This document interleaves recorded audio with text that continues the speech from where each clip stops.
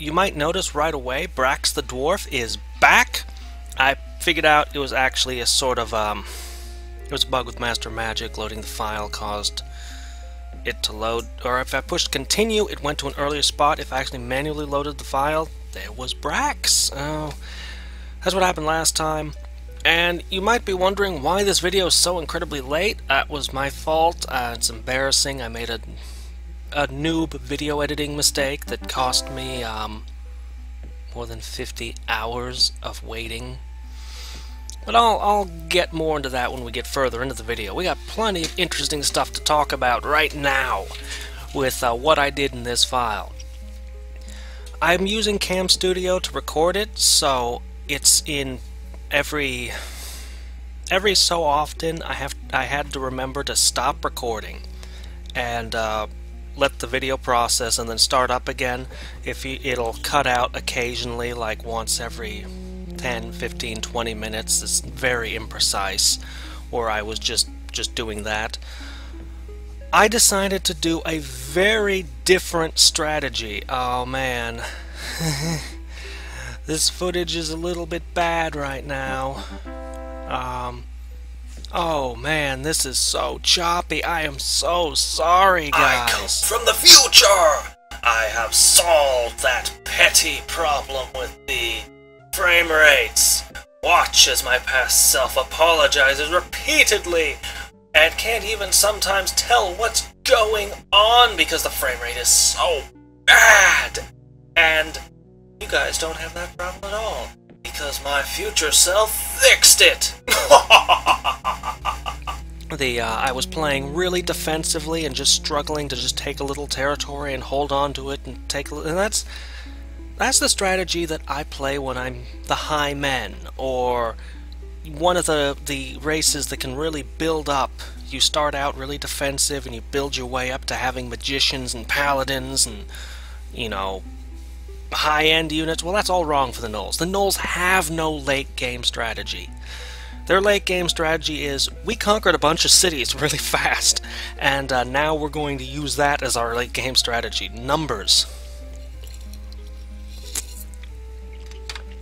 So, after having thought about it quite a bit, I employ this much more aggressive strategy. Now, Brax the Dwarf is a really cool combo with sprites, because sprites have Forest Walk, and Brax the Dwarf has Mountain Walk. And as people who've played the game a lot know, if you have both Mountain Walk and Forest Walk, it grants you pathfinding, which for some reason lets you travel over any terrain at only half a point of movement cost per tile, outside of combat, of course. So, suddenly I have a unit that can move 4 squares over any terrain, barring water. You can't move over water, but can move 4 squares over any land terrain every single turn. And because the sprites are flying, I can see 2 squares, so I have basically the greatest scout possible right now. Well, okay, there are greater scouts possible if you get into, you know, more into the late game, or you get certain heroes and you give them boots of speed, or, you know, armor of speed or whatever. You can get really crazy with how far you can move. But I'm basically decide I'm going to bet the entire game on extremely aggressive early game attacks. And we're going to get to it very quickly.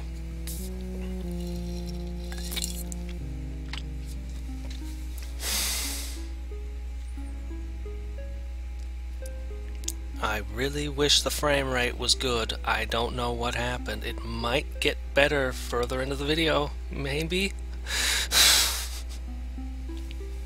One of the reasons, if I had thought about it going in, I would have actually chosen different spellbooks and retorts to go along with Gnolls.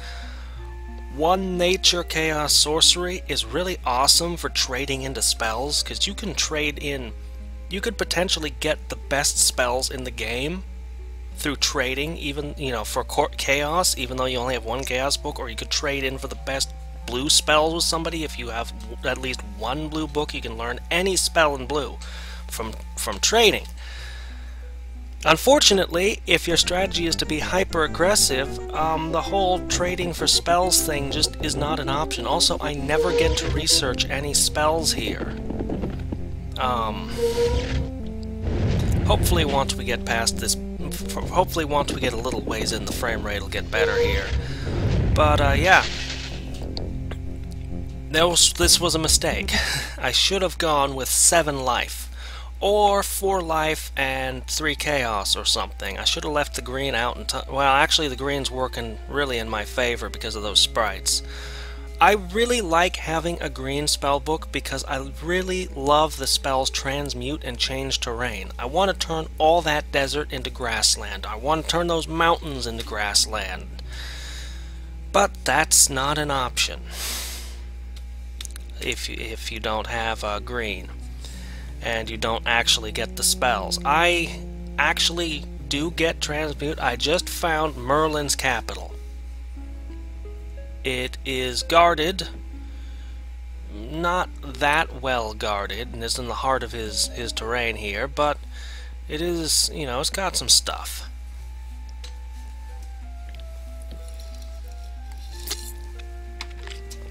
But yeah, Freya actually does learn change terrain this game. You'll see that desert over near that blue crystal-y thing that gives you mana. You'll see that desert start turning into grassland as she starts casting it. And I learn transmute, so I can turn coal seams into diamonds and that kind of stuff. He just moved a bunch of units out, so I'm looking at his capital. Thinking about it, I'm down to 1 sprite that's damaged and a level 1 Brax who's... Level 1 Brax with no gear is going to lose to a spearman. It's going to lose to anything. There's nothing in the game that I have confidence he can defeat. I'm not even confident he could take a magic spirit, honestly. I mean, he should be able to, but I wouldn't bet on it. But I have tricks because I'm white. Actually, any color magic you have tricks. Now look at this town. Look at this nomad town. We have gold, diamonds, and the mana crystal thing that gives you 3 power every turn. That is a town worth owning. I want that town. Unfortunately, it's in the middle of a desert, which is terrible because it'll never get really populous or big unless I learn change terrain or get some really good town buffs on it. I'm also going to ignore all of the nodes and dungeons, at least for now.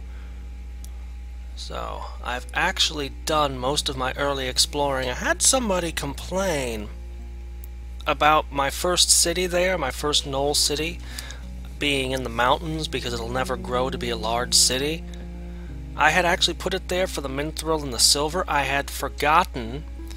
I was thinking, Gnolls with Mithril weapons! I was being dumb, because it's been years since I played the game. I forgot. Gnolls cannot actually make Mithril weapons. They're not actually capable of forging them, because they can't make alchemist guilds. And that town was definitely a mistake. If you're playing Gnolls, don't make a settler. I'm still impressed that their settlers actually have combat ability. The settlers have 2 attack. Most races' spearmen only have 1 attack, and Gnoll settlers have 2. That's weird. But, if you're playing Gnolls, just build soldiers and conquer other people's cities. Don't make your own. Your cities don't have a lot of future to them, and aggression is the way to go.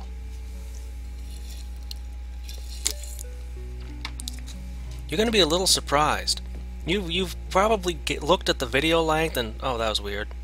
You've probably looked at the video length and figured that this you've seen how long this video goes on?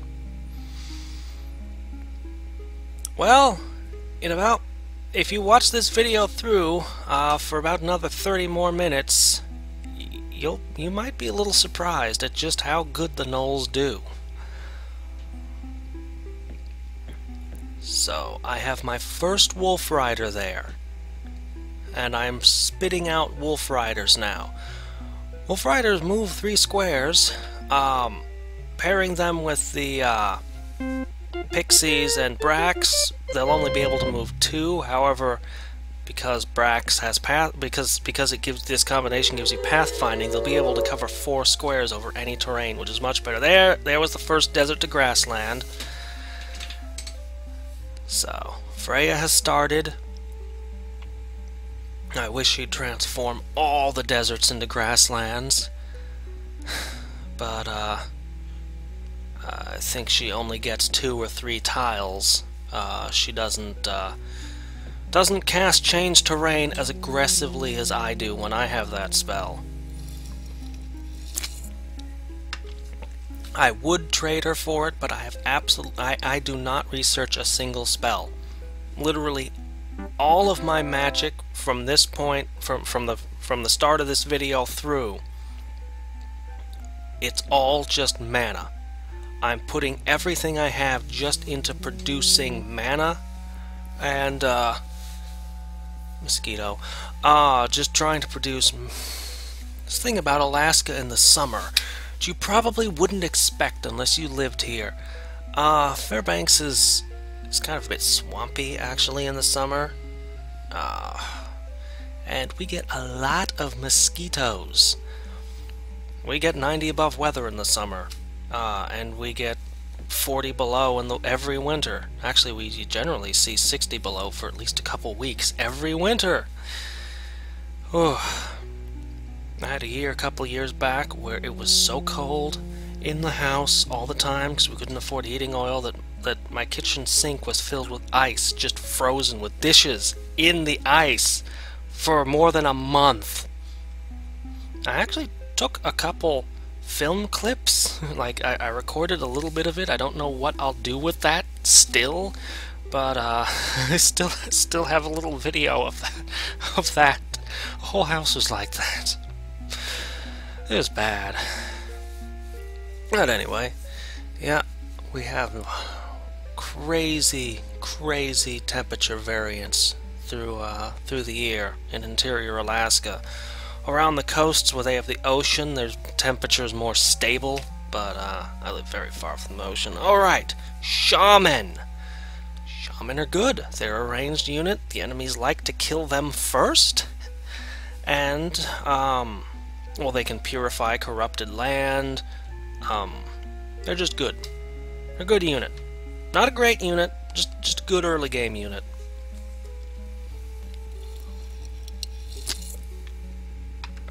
I wish Knowles could make Shaman. I wish Knowles could make, like, really any good ranged unit. The best they get, I think they get bowmen that have 3 melee attack and one archery attack. 1 point in archery attack there. Well, bowmen are a bad unit for every race, pretty much. I mean, they can be useful early game. You can kind of build around them by putting buffs on them because there's a lot of figures in the unit, but bowmen just aren't good. Even longbowmen for the high elves. Longbowmen are only so-so. You can get them early game, and early game they're good. But I never really liked bowmen. Okay, when I said hyper-aggressive, this is what I meant. I'm going on the warpath to take cities from Freya now, before she has a chance to start picking fights with me and burning stuff down, and I'm going to start taking her cities right this second. And since I don't have much of a plan for defense, I'm right this second, I believe, casting Heroism. I'm just going to buff my units and go for the throat. I'm just going to try to kill Freya right now. And,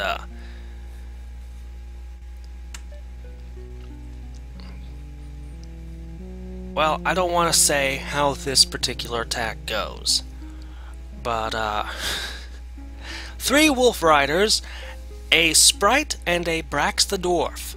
Place your bets. you know that I can get at least 2 heroisms off, and I can probably get to her capital without, at the speed I can move with pathfinding, and probably get to her capital without too much trouble.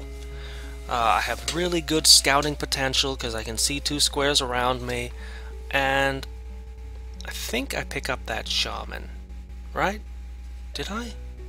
Did I? I don't actually remember. I actually played this game a week ago,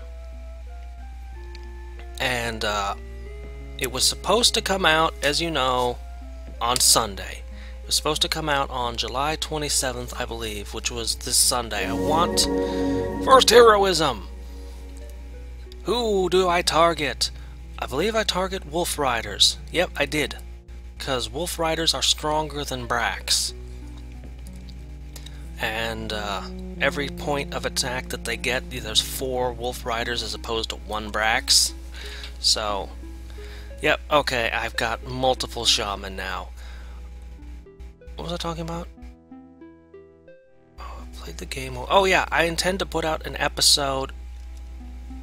I'm going to put out a schedule real soon, but I'll just tell you what it is right now. I intend to put out a video every Monday, Wednesday, Friday that are 20 minutes long, like the Memories of Mana ones. On Sundays, I want to do a longer video, like right now it's Master of Magic, and I'd like to do more Master of Magic after this game. I'll probably do a lot of strategy games in that slot, and it'll be a long video like this. That leaves Tuesday, Thursday, and Saturday, which will generally, at least for now, those will be Nabool. Nabool will be putting out videos on those days. I am taking the Gnoll Swordsman with me. I remember that. I remember deciding that I would take him. So now my movement speed's halved because I have these, you know, these ground units, or not all ground units, have these infantry with me, like the shaman and these foot soldiers, soldiers on foot.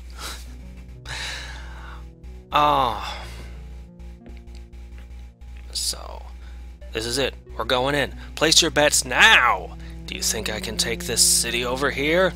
I'm not going to. I already said that. I'm gonna find her capital and put an end to her. That's the plan, anyway. Anyway, yeah, I want to do these longer videos every Sunday, and I will figure out... I know a better way of doing this. This will not happen again. I know how I will make the next video, so this will not happen again.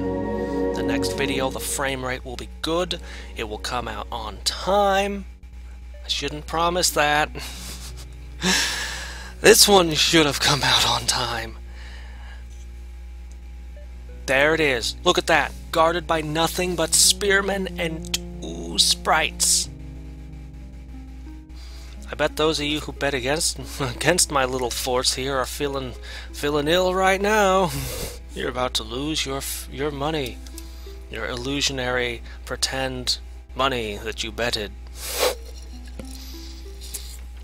Look at that, gold and a deer. That'd be a great place for town. Oh no, my capital's under attack by random swordsmen. All that has to defend it is a lizardman spearman. Literally, while I'm going for the throat, I'm leaving my capital about as undefended as you can leave a capital. Spearmen are the base, lowest unit in the game. And, yeah, that's all there is. It's not even a Gnoll spearman. It's just a lizard man. Oh, 2 of those are swordsmen. Okay. I think I caught her. Yeah, I believe I caught her where she didn't even have any mana, because she doesn't cast a spell. I caught her with no MB. She is so screwed.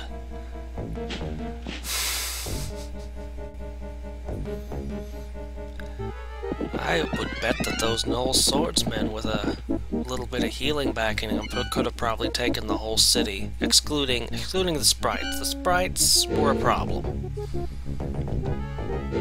Yeah. So this is one wizard out of the game. 20 minutes in the video. That leaves Merlin. How long do you think he's gonna last? Or do you think I can take him at all? Merlin's actually significantly stronger than Freya in this game. In this particular game. I don't mean like all the time, just in this particular game happened to be. Anyway, other things I should mention. I'm already mentioned I'd like to play more Master of Magic, specifically at the Realms Beyond forum, where it's all the most hardcore Master of Magic fans on the planet are there. They're the only people making mods that I'm aware of, and they've actually played competitively. They have a really cool way of setting it up. How do I explain this? They make they make the game file, so everyone's going to be playing on the same world. They generate it, they make the game file, then they say, okay, what did you want to do? Like, what spell books and abilities do you want to each of the competitors? And they go in and edit it and make that race and those spells and just make the wizard you wanted to play. But you're starting in the same spot. Everyone's starting in the same spot against the same enemies. Just everything. And I'm not exactly sure if they're competing, if they were... It was a while back. I don't know how often they do this, but they tried to see, I think it was who could beat the game the fastest, maybe who got the highest score factored in somehow, but they had a way of determining the winner. That was awesome. That was really cool. Because this game, unfortunately, does not actually have multiplayer. It sort of kinda predates multiplayer in strategy games. Sorta. I mean, I'm sure that there were multiplayer strategy games that existed, but it wasn't the standard yet. So yeah, I just slaughtered Freya. I lost one shaman. Anyway, there is a mod, a multiplayer shell, that does allow 2 people to play at once. It doesn't work very well. It's not a well-made thing. Okay, here's a surprise. Freya does not cast the spell of return. She doesn't even bother. I was shocked. I was like, what? So all of her towns just go barbarian? All of her men just disband. All her units on the map are gone. Poof. So now this town is all being productive right now because I have an army sitting in it. As soon as I pull my army out, a whole bunch of them will turn rebel and stop working, because Clackons pretty much hate everyone, and everyone hates Clackons. Every race, if your capital is Highmen, then Highmen are as productive as they can be. They have no, I mean, there'll still be rebels, but once in a while, but they're pretty well pacified. If you then conquer barbarians or high elves, that kind of thing, like similar races, they'll only have maybe a 10% more unrest penalty. They'll have more rebels, but only a little bit more. But you conquer, as the Highmen, you conquer something like Lizardmen or Gnolls, something that's really inhuman, and they have a much higher rebellion rate. And it's the same true going the other way around. There is no race that is like bug people.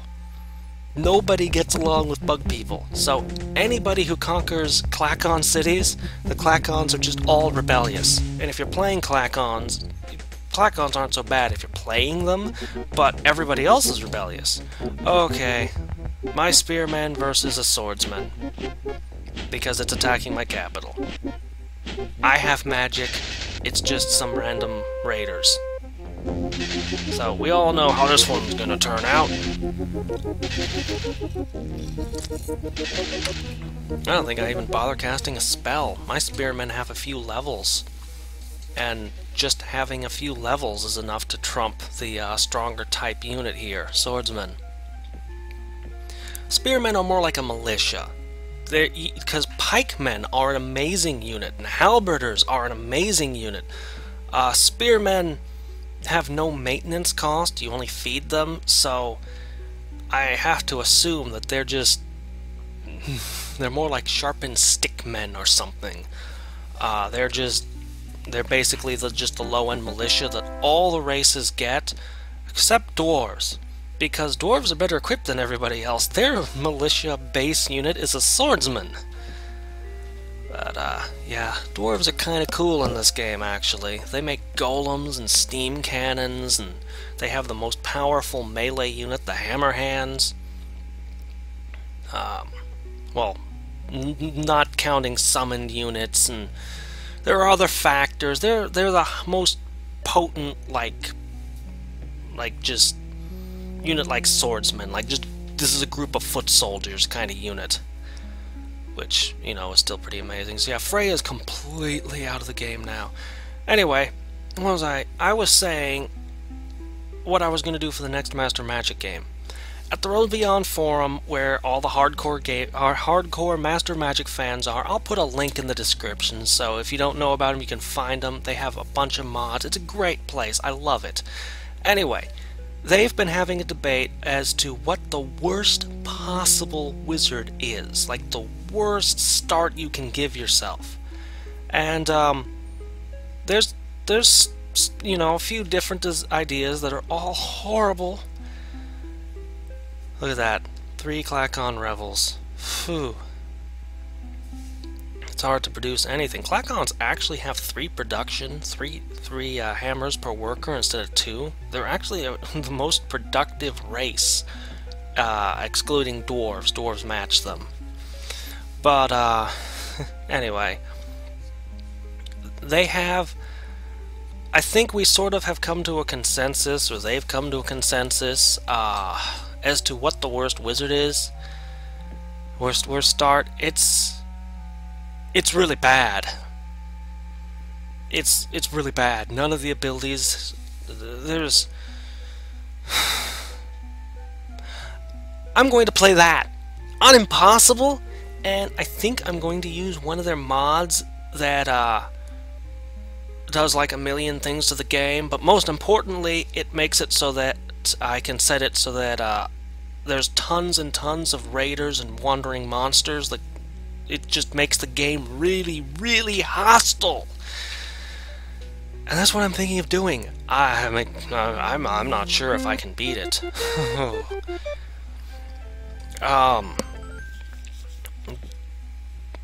Oh yeah, I lost my sprites, so I had to make new sprites so that with Brax I can do that combo where I move really fast. So I just tried to trade spells. I don't have anything. He won't trade with me. Well, I'll show him! I'll show them all! Brax is already level 3. He's leveling quick. So yeah, all my magic power that I could be researching with or doing stuff with is all just going to mana, and it's just enough to upkeep my 2 heroism spells with a little change left over that I keep spending in battle. What do you want, Suki? You want to be an internet star? No, last time you wandered off. I'll let you say hi. Hello. That's all you get to do. You get to say hi. She's a little beagle, a little pit bull, and a little who knows what else. Her name is Suki. Okay. That's all the time you get. I'm the star. There's, oh crap, a fire giant, and it's heading right for the thing I just captured, which only has a spearman to defend it. And if the fire giant takes the city, because he's a wandering monster, he will destroy it. And it will turn into a dungeon. A dungeon, just a ruins guarded by a fire giant. So, that's unpleasant. It's not a whole lot I can do. And fire giants can throw rocks at you too. They're a ranged unit. There's no way I can get my guys back in time because he's on the road. He's using my roads against me, my freshly captured roads. And yeah, there's nothing I can do. I've just got this level 1 Lizardman Spearman. I told you, Gnolls, when I play them at least with my new strategy here, are not good at holding things. I'm only aggressively taking them. Which is kind of a shame. It's a good thing I'm in white magic though, because white is a very good support magic for units. It's not so great on the summoning, like green or, you know, some of the other colors. I have a few good summons, but they have all the best buffs, and for some reason all the abilities to travel between planes are relegated to white, as well as the ability to prevent travel between planes altogether. So I back away, so when he throws rocks they're less likely to connect. What do you want? I am busy. You're disturbing my audience. You are ruining my videos, okay?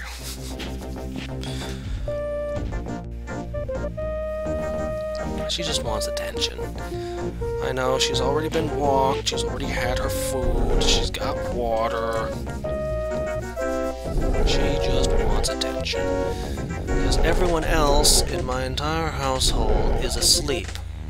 I'm not kidding, I'm literally the only person awake right now. My spearmen beat the fire giant! And I'm only staying awake because of caffeine.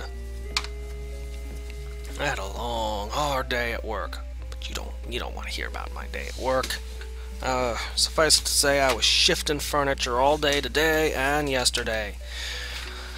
Lots and lots of furniture. Hey, this town has a dock. Wait, Clacons can't make a merchant's guild. I don't need a shipyard or a pier or anything for building boats. I have lizardmen for crossing the water. What did Sasra cast? Frame rate? I wanted to know what Sasra cost. How can my frame rate be so bad? It's set to have a frame rate of 30 per second at 1080p. Like, this should be the highest quality video possible.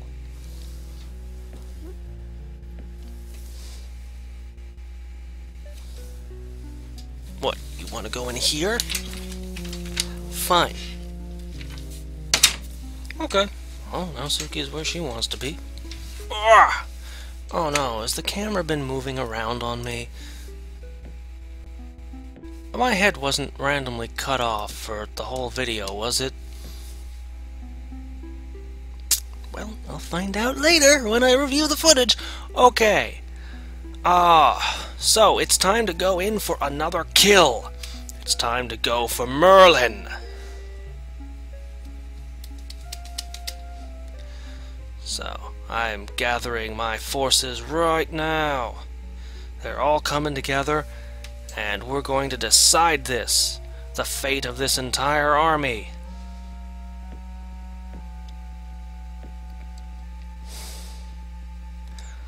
You know, my father really likes walls in this game, city walls. He even likes the green spell wall of stone that just... I hate city walls. I don't like them when I'm defending a town particularly, and I don't like them. They cost 2 gold every turn to maintain. I just look at it as wasted money. Wasted time building them, wasted money. I know that they have benefits, and it's really nice if you have archers behind them and like halberders right at the gate and all, but I just don't like city walls.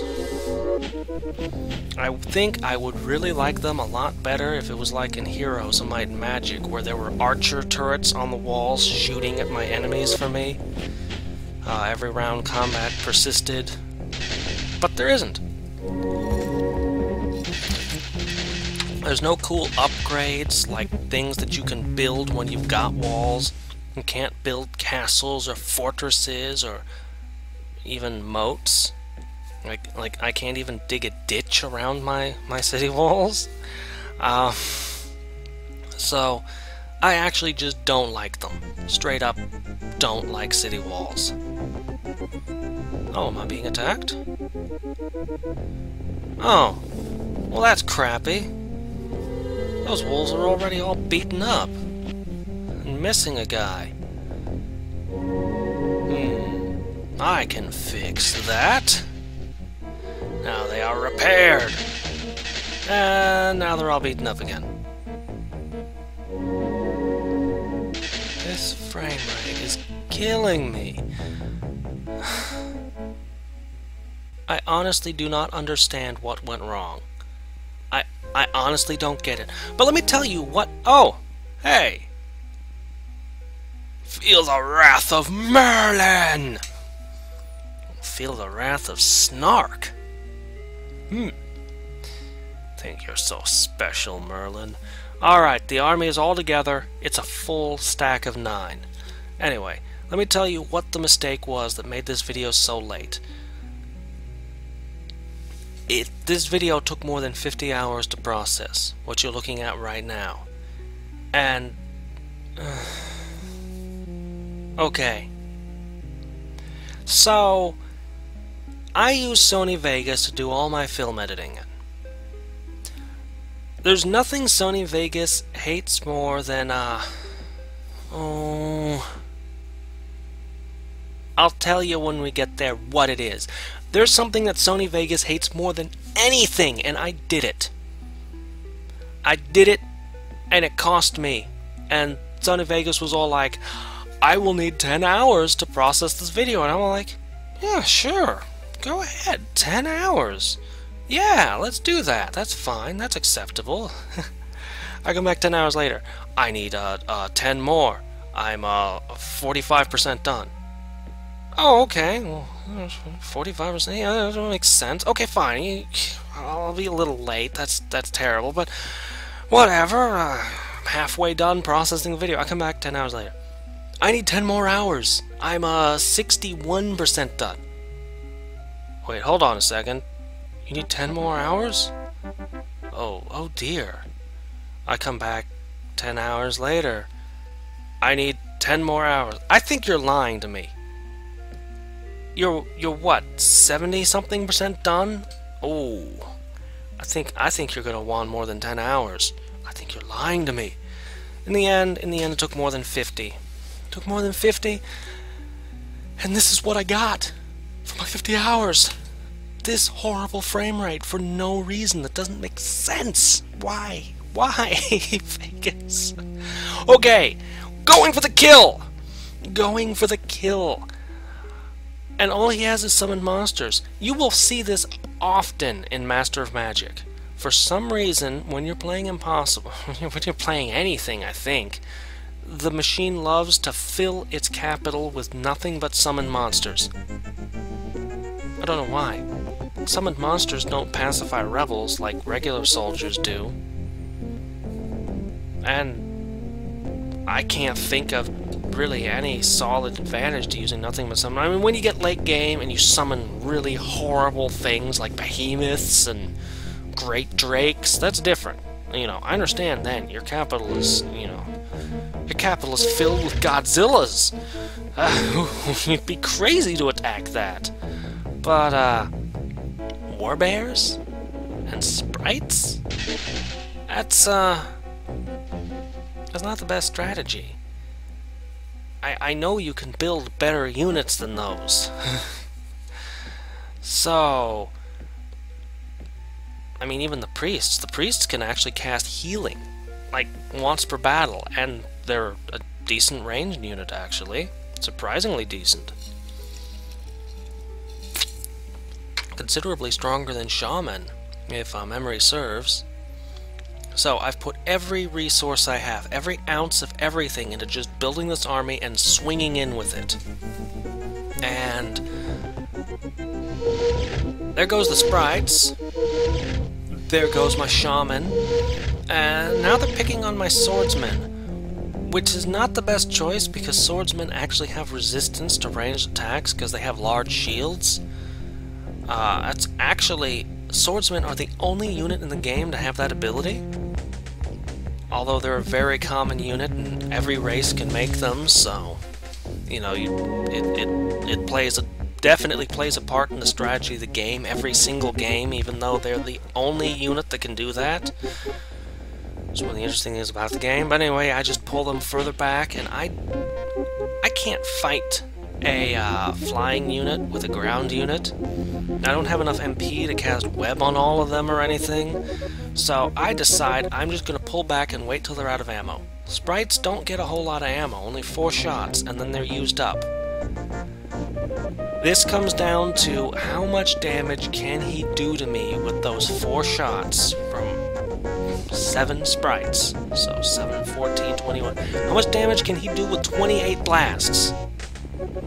And that's what'll determine this battle. And I'm all for him hitting my swordsmen that are somewhat resistant to ranged attacks. I just want to pull as far away as I can to reduce the accuracy and damage that they deal. And I think my camera keeps slipping again. It did. It did! Fine! This is what I get for buying a cheap camera. I mean, it's pretty good for a webcam. It just doesn't want to stay put. It and my monitor do not get along. Maybe if I put it on a different monitor, it'll behave better. This swordsman was one of my starting units, one of the 2 units I started the game with. And this is where he dies. He was max level, too. And I'm all out of magic. But the sprites are going to be all out of ammo in a second. Oh, they're going to kill Brax. They failed to kill Brax. Brax lives. So, this is pretty well the result of the battle at this point. You can see how it's going to turn out.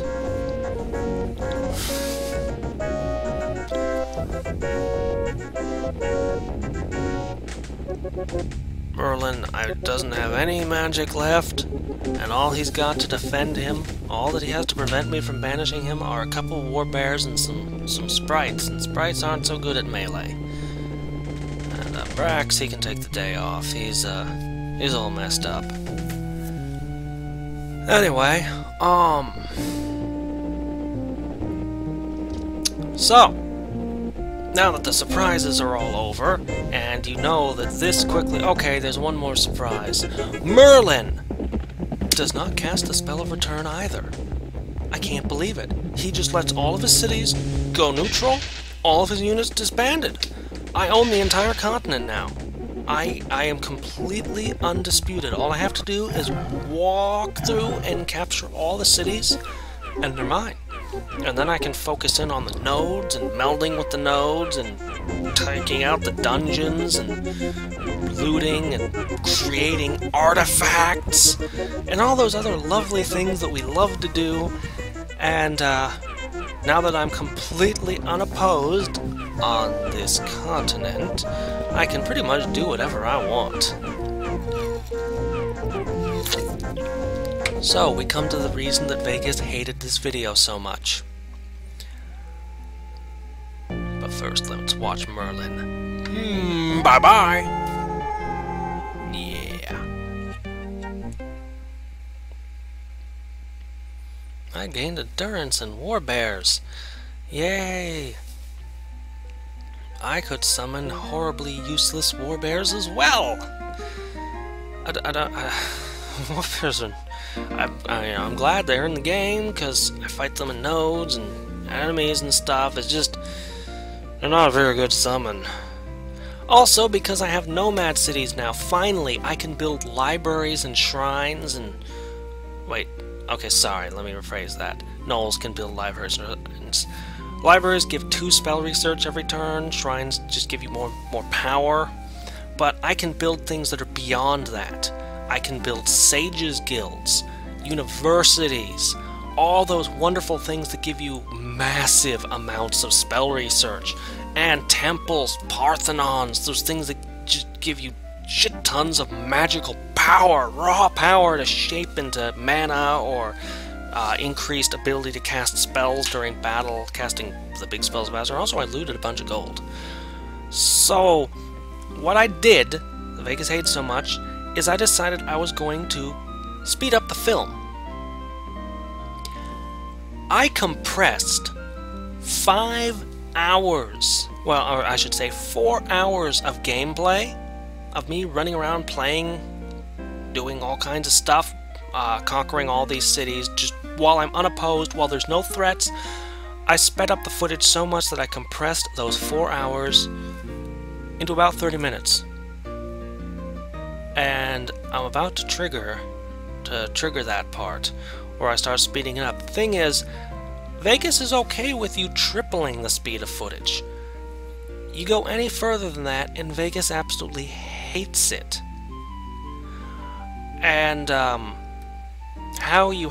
things you have to do, you have to actually nest a project file inside a project file, or else what I should have done, what I knew better than to do it that way.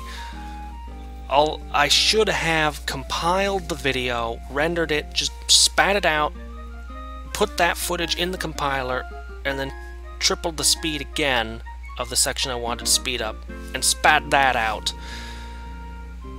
But that's not what I did. Now, that doesn't explain the poor frame rate. Nothing explains why there's a lousy frame rate. I don't know what happened. Right now, I think you're actually looking at the brief segment that is at ×3 speed. I think that's where we are right now. Yeah, looks like it. I'm so sorry about this frame rate, guys. I don't understand it, but I'm finally starting to research spells. So I'm learning all these spells. You saw me pick up a new hero who's actually a wizard hero that can shoot energy bolts. I need to stay up where the camera can see me, because the camera's stupid and keeps looking up higher. But in about, I'm not sure the exact spot, but about 2 or 3 minutes, we're going to go into warp speed, and we're just going to power through everything. There are points where I do slow down for specific events that, you know, are worth taking notice of. And then at the end of this, I stop. I stop as soon as I meet Tlaloc, who's one of my opponents, as soon as he introduces himself to me, and I also just punched a hole into the Mirren Plain, where Sasra is hanging out. Haven't met him yet, but he's there. And I've created powerful artifacts. I have a bunch of heroes by that point, and we're in the end game. So, you know, that's what the rest of this video is going to be. If you do want to just skip ahead to near the end, or, you know, just wait till the next video comes out, that's fine. If you want to actually see all of my conquests and everything I do really fast, you know, 4 hours of gameplay looks like when it's been compressed down. And this lousy frame rate doesn't matter so much when you're running at 9 times speed.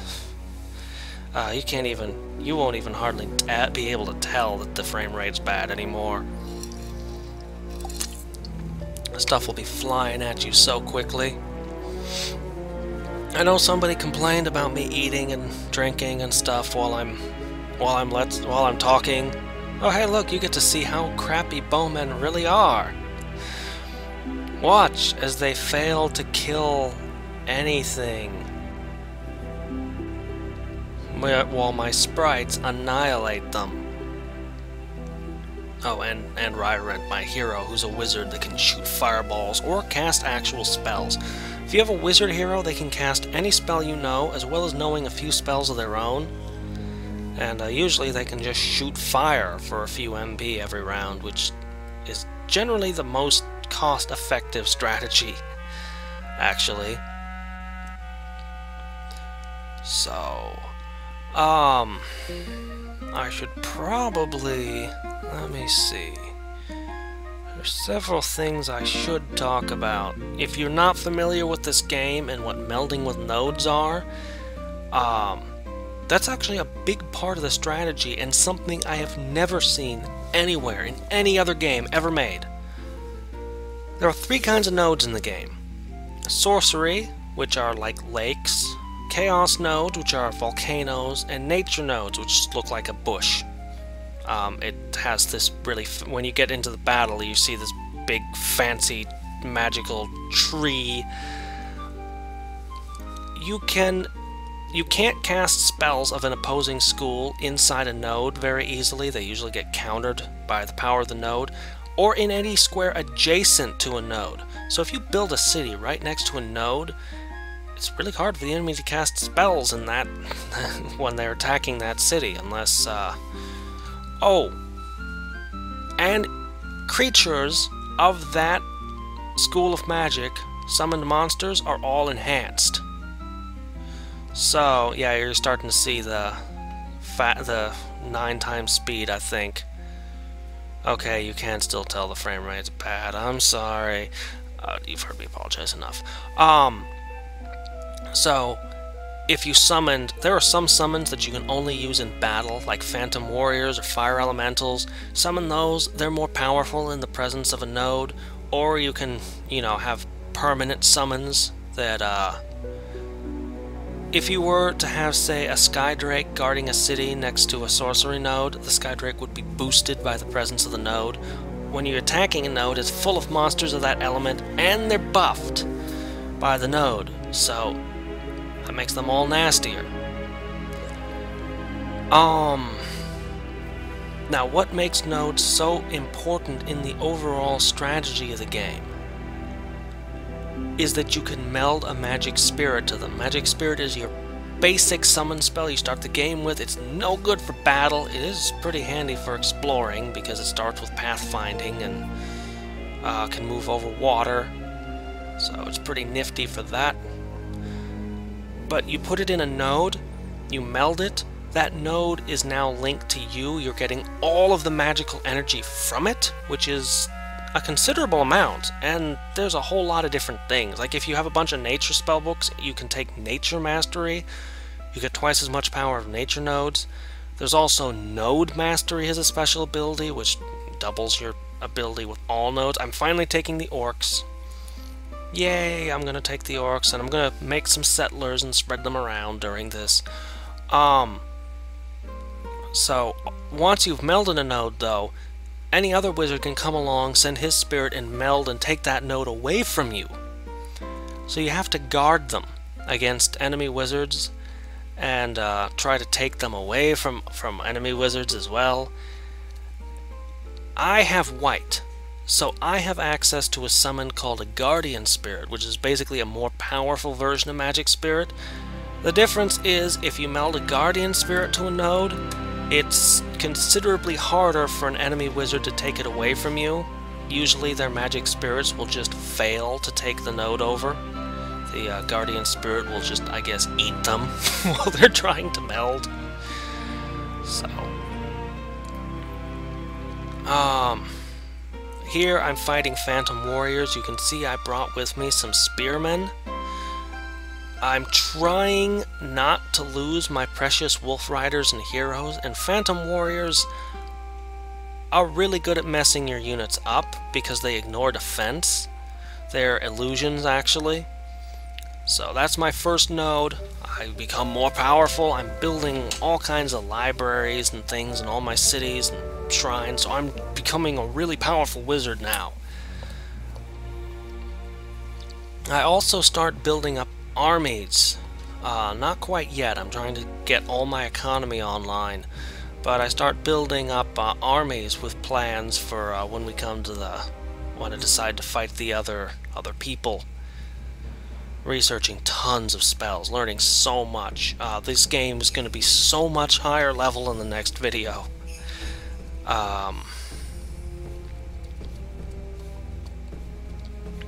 So, let me see. Things that a person that hasn't played this game wouldn't know. There's so many. I really should do a how to play Master Magic type video, but even that would only be scratching the surface, because a 5-minute video I'd only get to explain how to play the game, and you'd be finding out all kinds of cool stuff for a long time. Oh, I started making spearmen that only exist to die. I throw them into a dungeon or node, and I see what's in that node or dungeon, and then I go in with my army and take it, or decide that my army would probably die if I go in there. I do make one tragic miscall, but we're not quite there yet. And yeah, I found some armor for my guys. I always like finding artifacts. Okay. In the next video, I'm going to be going into the Mirren Plane, which is a second world. And that world is different. It's basically a much higher level world. There's adamant and a couple other high-end resources in it that can't be found in this plane. And the races. The races are crazy powerful. One of the things when I play that game as the weakest wizard possible, I have to start at that world, which costs the equivalent of 3 spell books. It's the best abilities in the game, like Warlord or Famous, cost 2 spell books, 2 picks. Mirren costs 3, and it's worth it, because it lets you start as a Mirren race. And the Mirren races are all extremely powerful, especially trolls, and especially dark elves. Unfortunately, I'll be choosing to play in the Mirren world, spending 3 spellbooks, and then choosing to play as the Clackons anyway. Now you sort of get an idea for why it's such a bad, incredibly bad way to play the game, why it's so crappy. This is going to be the worst wizard possible. The worst wizard possible. You know, I just realized something interesting. The part of this video that's sped up,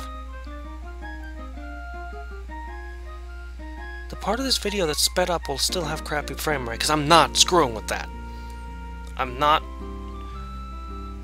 And you already know this, because you've been watching the video. I'm just realizing this, and I'm so dumb. I should have realized this.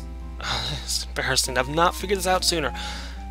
The part that's not fast-forwarded, I'm just going to replace. You'll have smooth frame rates the whole way through. It'll be perfect.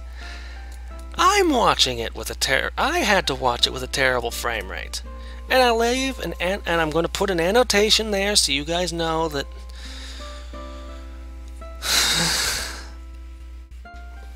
this is kind of embarrassing. It makes me kind of want to restart and start my whole commentary over again.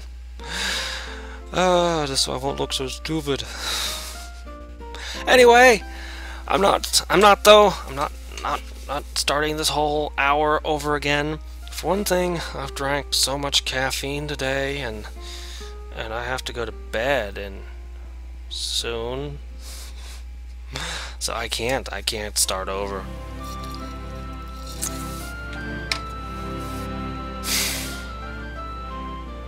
Anyway, I was saying, oh yes. So yeah, I'll talk about the Mirren Plane just a tiny bit here. I'm actually still conquering cities. I thought I would have conquered them all sooner than this. I felt like I conquered them all super quick when I was playing it. But anyway, there's only 2 Mirren races I really feel like talking about. I mean, the Draconians, there's not much I can say. They all fly, and that's amazing. The dwarves, I've already mentioned how crazy they are. They also have mining bonuses. I mean, they produce more than anyone else. They get mining bonuses. They get more out of gold and everything than anybody else. They get steam cannons and golems. And golems are immune to just about everything, and they're just really good. Beastmen are good. I don't have much to say about them. They get a bunch of strange units. But the two races I'll talk about specifically are the Dark Elves and the Trolls, and people who've played this game know exactly why they are the two races I'd pick to talk about from the Mirren Plane. Trolls are the best melee units in the game. There is no race that can match them for aggressiveness, not even the Gnolls, for how you can play them. What makes them so special, they get less guys per unit than any of the other races, you know, less figures per unit, but everything they have is regeneration, and that does more than you expect. Yes, I'm constantly regaining hit points in battle. Yes, I'm fully healed after every battle. Those are both really good. But regeneration's more ridiculous than that. Regeneration says all your units who died come back to life at the end of battle. So, all your trolls as long as you win the battle. So, they kill all your trolls are back. As long as you won the battle. So yeah, I love having 8 units of war trolls and then something big and terrible to make sure that I never actually lose a fight. There's not much else to say about them. They can't build all that many buildings. They don't get any ranged units. They don't get any really... Maybe they got shaman or something. I don't quite remember. But no good ranged units, at least. The only special unit they have of note is war trolls, which they move 2 squares instead of 1, and they fight. They're melee. They're nothing special except for the fact that they happen to be trolls, so they're effectively immortal. And they also have war mammoths.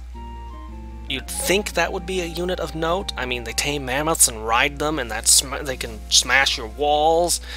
But mammoths don't regenerate, so I don't like war trolls, and I don't feel like they're really worth talking about. The other race on the Mirren Plane that needs to be talked about, as I already mentioned, is the Dark Elves. And the Dark Elves are the most broken, ridiculous... The game has got a lot of broken, ridiculous things, but this is a standard race. This is just a race, and it's completely broken. Unfortunately, those giant spiders you saw get to my city, and they destroyed it, and it's ruins now. That one I just found it because I didn't quite get my spearmen to it in time. I didn't expect... I have no enemy wizards, so I didn't expect anything to go wrong with me just planting a city, and the spearman will get there when he gets there. I'll make mistakes. Anyway. Oh, basilisks. They have a stone gaze. Your units have to make a save or die, basically. Saving throws are separate from resistance. Those are actually 2 different stats that do different things. Anyway. Dark Elves. First of all, every single unit Dark Elves have can shoot. They all shoot, even their spearmen. The starting unit that you start with, both of them can shoot. This means that they are actually the most aggressive race for early game. Even more deadly than Gnolls, I would say, at their early game. Because every last thing they have can shoot. But it doesn't stop there. They're also a race that can build almost every building in the game. So they have extremely good late game as well. That already makes them the most broken race. Just having that particular combination. I kind of feel like, sure, I finally have an archer hero. Having a hero that just shoots a bow is important. More on that later. But the Dark Elves have more than just all their stuff can shoot. All the races on the Mirren Plane give you magical power just for population. Like, just having a bunch of cities that belong to those races makes you a powerful wizard. Dark Elves give you twice as much power as any of the other races. So, having a bunch of Dark Elf cities makes you a very powerful wizard indeed. And this isn't where it stops. The Dark Elves are even more broken than that, because they have 3 special units. First of all, oh boy. First of all, they have Night Stalkers. Night Stalkers, that's the only unit that can't shoot that they have. It's the only melee-oriented unit, which you think would be a really big deal in a race that's all about ranged attacks, the melee unit. No, they're not actually that great at melee. They're invisible. With the exception of one hero who's a ninja, they're the only non-magical unit that has passive invisibility. You can't see them on the map, you can't see them in battle, you can't shoot at them with your ranged attacks. You can't even cast spells on them unless you can find them. So, what in the context of the Mirren Plane, they're really tricky and handy, because in the Mirren Plane, all the roads are enchanted, just automatically. You can move infinitely along roads without costing any movement when you're on the Mirren Plane. So once somebody hits your road network that connects all your cities, they can just go straight to your big important cities and just attack. Same turn they touch the road.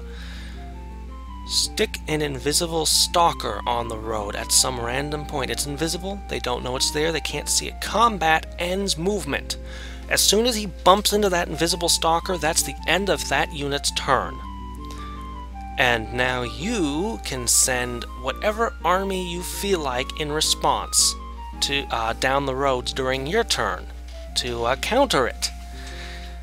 There are a few other nifty tricks with them.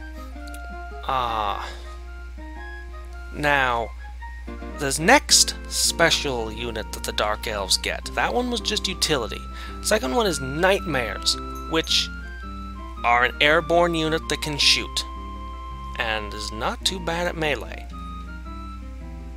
It comes kinda late game, and honestly, it's not as amazing as it sounds, mostly because it comes so late game. But that's okay, because the worst, most horrible unit they have, the thing that is truly terrifying about Night Elves, is the Warlocks. All the races that can build advanced buildings, that can actually build a wizard's tower, and a wizard's tower costs you 3 of your power every turn to just maintain it. Wizard's towers let you build magicians. Magicians are a super deadly ranged unit that can also cast Fireball once per battle.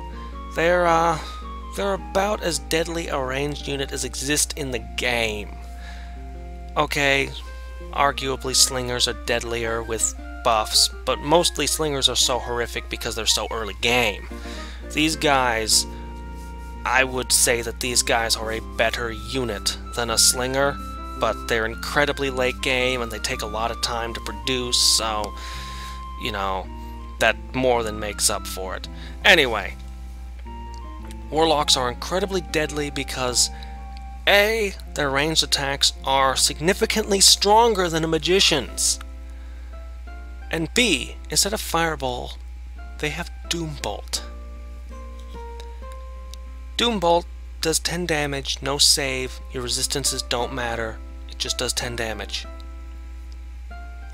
3 Doombolts is enough to kill pretty well anything in the game. I mean, I think maybe Great Drakes and some of the biggest things can survive that, but even a fully equipped hero is probably going down. Even a fully equipped hero whose level reads Demigod will probably go down. 3 Doombolts. 4, they're dead. That's it. They're gone. No save. No, just gone.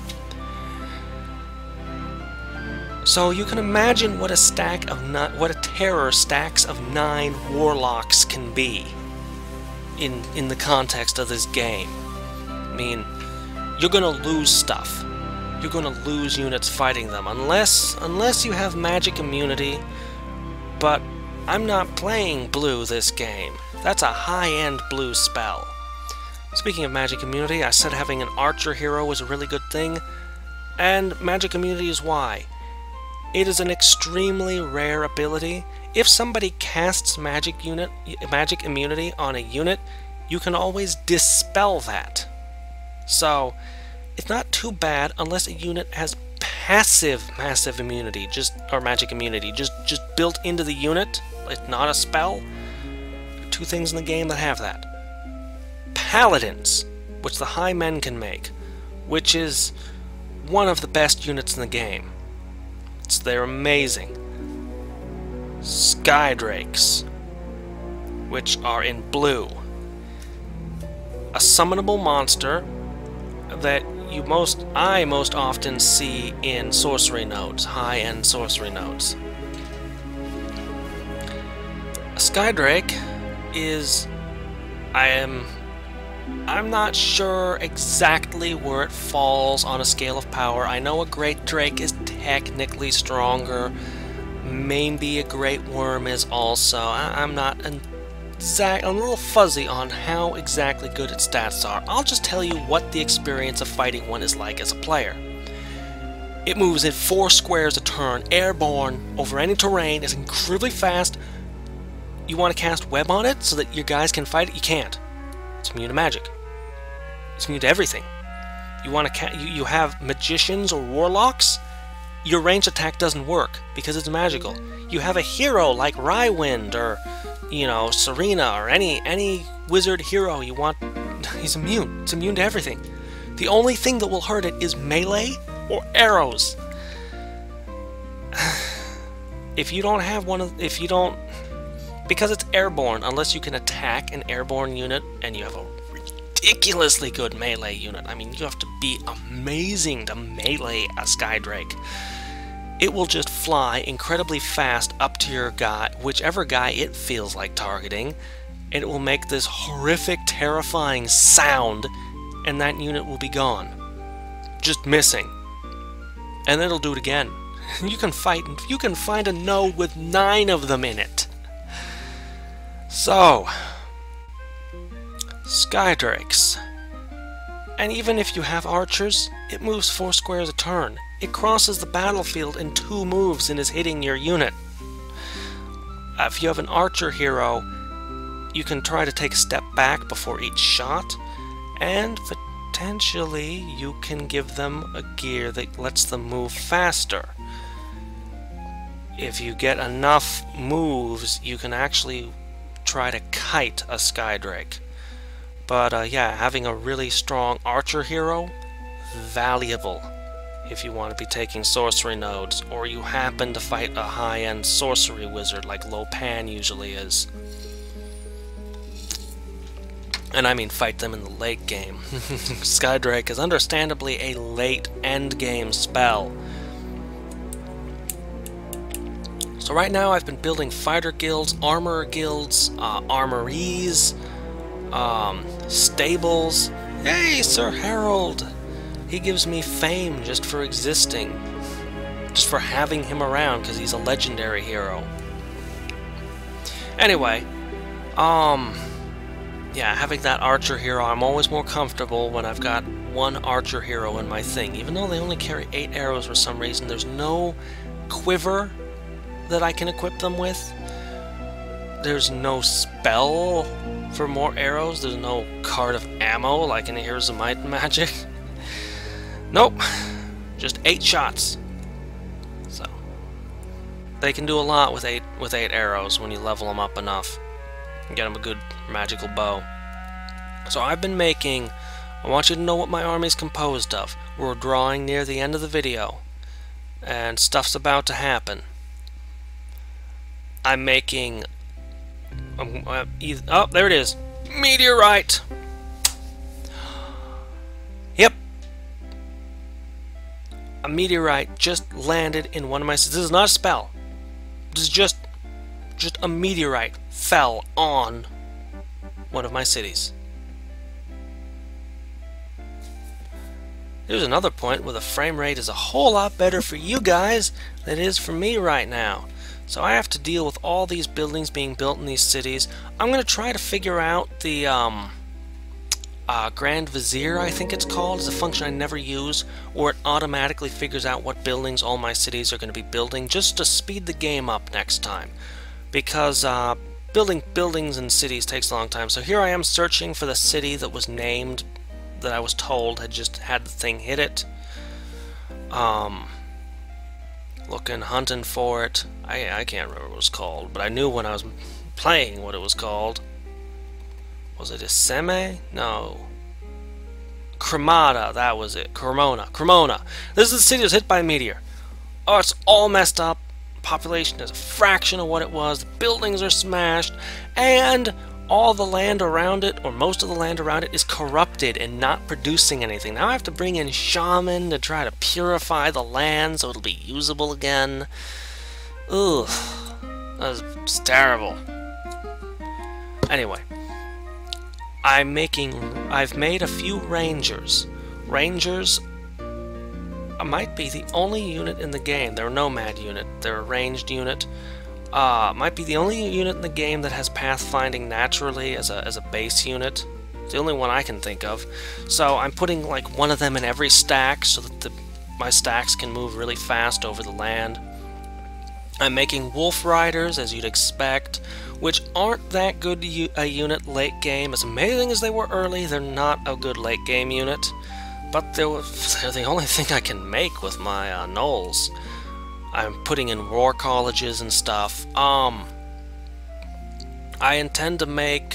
I forget what the nomad flying unit is. Can't think of what it is now. But they can, with Fantastic Stable, they can make a flying unit. I intend to take the flying unit, and then with the lizard men make dragon turtles. So I have stacks composed of dragon turtles in this flying unit that can go over water and hunt down my enemy in this world. And to go into the other world, I'm taking combinations of rangers, wolf riders, and stag beetles, which are these giant fire-breathing beetles that the bug people can make. Because I have bug people, so might as well make this thing. I'm casting invulnerability on my heroes and making more epic level gear. As you can see, I've built a road network, I've founded a ton of cities, I've basically built this continent up. It's not quite all the way up where I want, but I'm just about to meet Tlaloc and be out of time here. But first, I need to make a little error. I need to screw something up. Make a miscalculation on what my primary army with all the heroes is capable of safely taking without losing anything. I decide that I could take a great worm on just fine. You might be wondering, when I look at a place, it says there's a demon lord or a great worm or whatever's in there. It tells me right up front, there's a great worm in there. Why do I send that spearman to his death? Because what if there's 2 great worms in there? What if there's 6? The game won't tell me. The game just says the scout saw a great worm. It doesn't tell you what all's in there. Well, so I send the spearman in, I see exactly what's in there, then I make a decision. And here I make a bad call. Oh yeah, I have a hero now, the golden one. I forget his name, starts with an A. Anyway, the golden one. He has Arms Master. He just randomly rolled having that as a trait, so all the non-hero units that are with him gain experience super quick. So he's training those armies I mentioned that I'm building up. I have tons of mana, I have tons of gold, Oh! And my nomads have an alchemist guild, so they make magical weapons for all their units now. The rangers and the flying things, and there's Tlaloc. So, the game is now running at normal speed. You can see this beautiful, smooth frame rate that I wish I was watching. Anyway, thanks to that Fighters Guild. All the units that come out of that city are level 2. If I have the cities that I have a war college in, the units will come out of the thing at level 3. Alright. And there. My archer hero, Shuri, is just dead. Gone. Just like that. I thought that I would get Resurrect or Raise Dead. I did not. I did not get them this game, and I wasn't able to trade into them yet. Maybe I can still. Because I know Sasra has at least some white. He cast Holy Arms, so he has to have white, right? Holy Arms is a cool spell. It's a global enchantment that says all of your guys have blessed weapons. It's really neat. Yeah. Anyway, Tlaloc is in black-green. He's in Death and Nature, which... Well, I'm not a fan of Death. I think Death is... If you're gonna play Death, you should play a lot of Books of Death, and, you know, maybe pick up a couple specific, retorts. I wouldn't mix it with green, honestly, but he does! So... Well, I'll be going up against him. And you already saw me kill that Demon Lord, punch a hole to the other plane.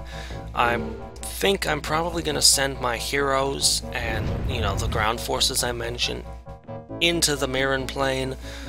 And I'll also try to find Tlaloc with armies that I don't yet have, but I'm going to. And the next video, as I mentioned, I think I have a better way of doing this. Sort of a better way of doing this. I'll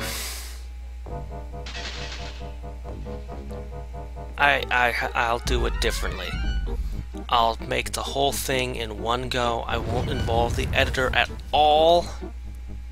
It won't be post-commentary. I'll be talking and playing it at the same time. We'll see how it goes, but because I take all these steps out of the process, there's no place for anything to go wrong. I can post the video straight to the internet, just bam, with no editing. And I've done this with the Memories of Mana series. I know that it works, and works well. So you guys will have to let me know if you prefer post-commentary like this, or if you prefer, you know, what I do next time. He has leadership. Toomey the Assassin. Nope, don't want him. Leadership is nifty and all, but Toomey is just not a very good hero. I have 2 slots left. I want a good hero. There's another white spell I wish I had. Incarnations. There's a special hero that gets summoned. There's a spell that exists to just summon this one guy. It's in white. It's high end. That's all it does. It just summons this one guy. If he dies, you can cast it again to bring him back, which is nifty. His title is The Chosen One.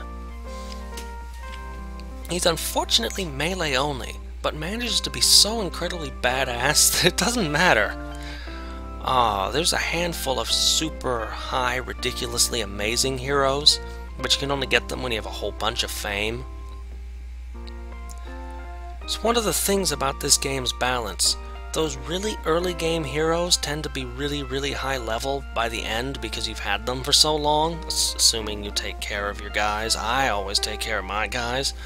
And the really super amazing heroes come in late game, but they're going to be kind of low level relative to the rest of your heroes. I wish the machine used its heroes better, because,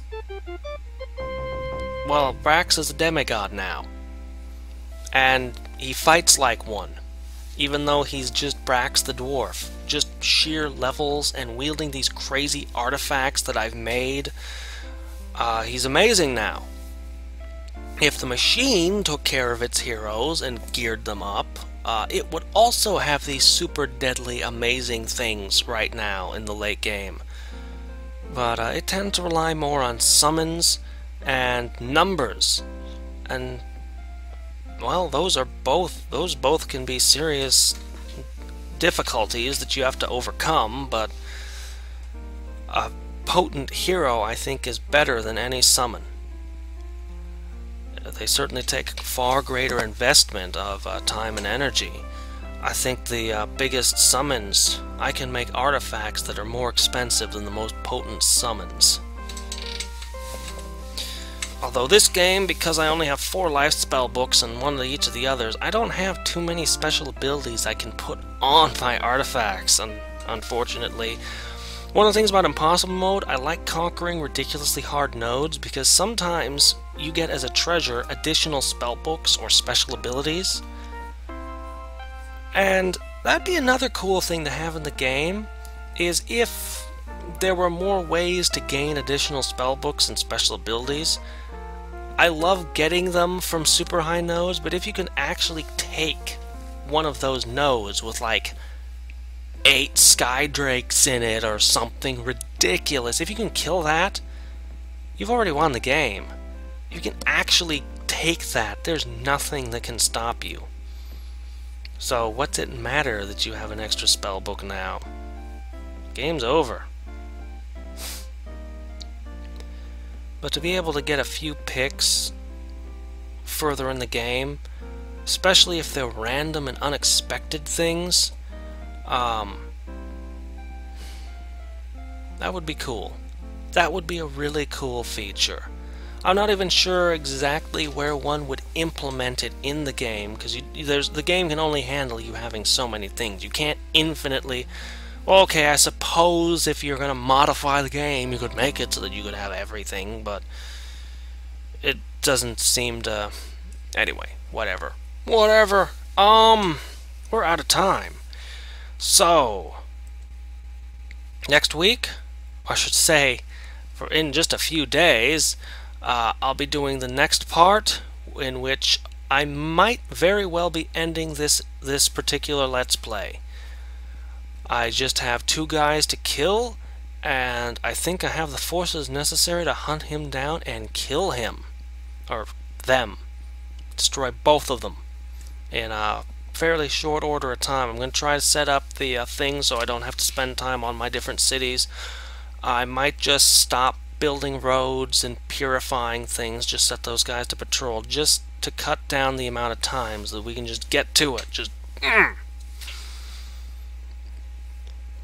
So yeah, and you can look forward in the future. I'll do another game of Master of Magic with the worst wizard possible, and it's pretty bad, as I've mentioned.